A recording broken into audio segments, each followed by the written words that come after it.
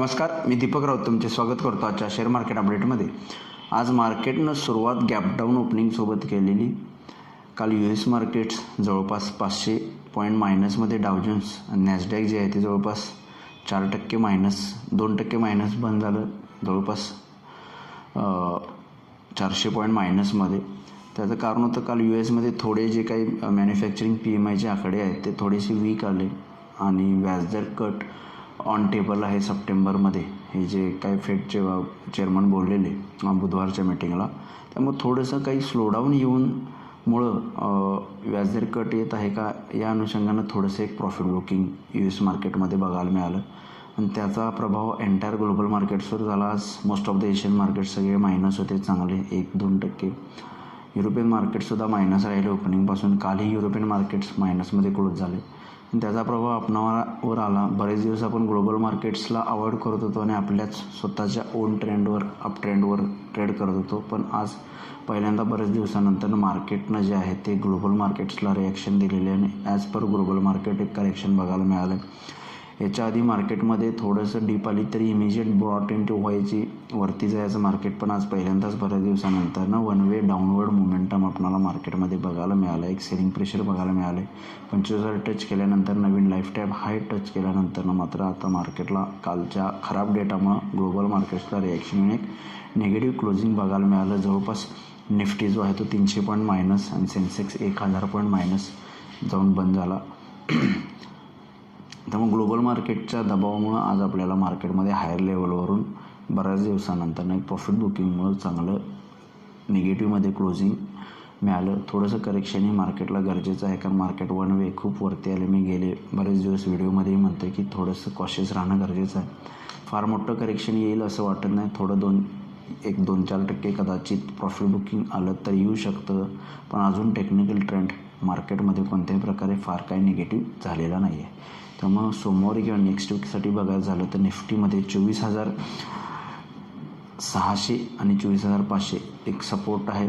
24,600 first support आहे. Lower लेवलला जर खाली आलं तर 24,600 फर्स्ट सपोर्ट, त्या खाली आलं तर 24,500 पण निफ्टी येऊ शकते.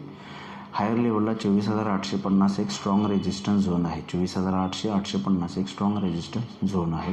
हे अकॉर्डिंगली तुम्ही मार्केटमध्ये सोमवार ट्रेड करू शकता. 24,500च्या खाली बंद दिलं तर मात्र थोडंसं मार्केट आणि फर्दर डाऊन येऊ शकतं जर 24,500च्या खाली बंद दिला तर.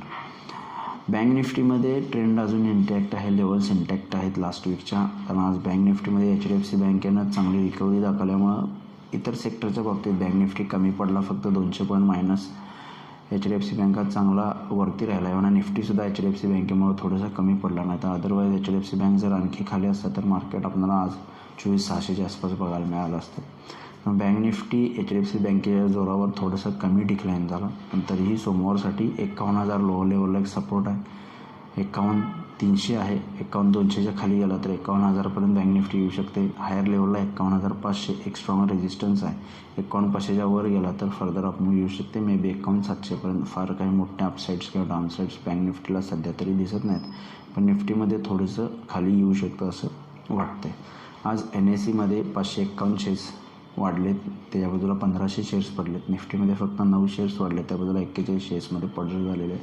तो पडणाऱ्या शेअर्सची संख्या जास्त आहे. एवढा सेक्टर इंडिसायझेसमध्ये सुद्धा फार्मा सेक्टरला थोडंसं अप मूव, पॉझिटिव्ह मूव आलेले आहे. त्याच्या मायनर FMCG, बाकी अदर सेक्टर जे आहेत सगळे मायनसमध्ये जाऊन बंद झालेत. त्याला लीड केले ऑटो सेक्टर, मेटल सेक्टरनं लीड केलं. त्याच्या पाठोपाठ ऑइल अँड गॅस आणि बँकिंग सेक्टरनं डिक्लायनिंग दाखवल्यामुळं ग्लोबल आपल्या मार्केट्सला निफ्टी, बँक निफ्टीमध्ये ब्रॉडर मार्केटला चांगलं सेल ऑफ बघायला मिळालेलं आहे.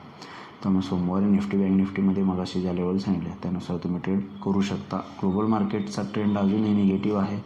युरोपियन मार्केट्स 1% मायनस आहेत आणि US मार्केट जवळपास डाव जोन्स फ्युचर्स 300 पॉईंट मायनस आहेत. त्यामुळं नॅसडॅकसुद्धा जवळपास 300 पॉईंट मायनस आहे. त्यामुळे जर US मार्केटला फर्दर सेल ऑफ आला खराब डेटा आणि व्याजदर कटच्या इशाऱ्यामुळं, तर मला वाटतं सोमवारी परत पुन्हा आपण थोडंसं निगेटिव्हमध्ये ओपन करू शकतो आणि एक चांगलं हेल्दी करेक्शन मार्केटला गरजेचं आहे आणि ते आपण कदाचित बघू शकतो असं मला वाटतं. त्यामुळे बाय ऑन डिप चांगल्या लेवलला खालती शेअर्सला चांगली बाईंग ऑपॉर्च्युनिटी क्रिएट होऊ शकते. खाली येणंसुद्धा मार्केटला चांगलं आहे.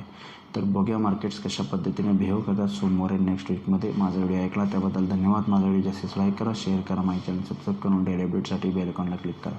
धन्यवाद.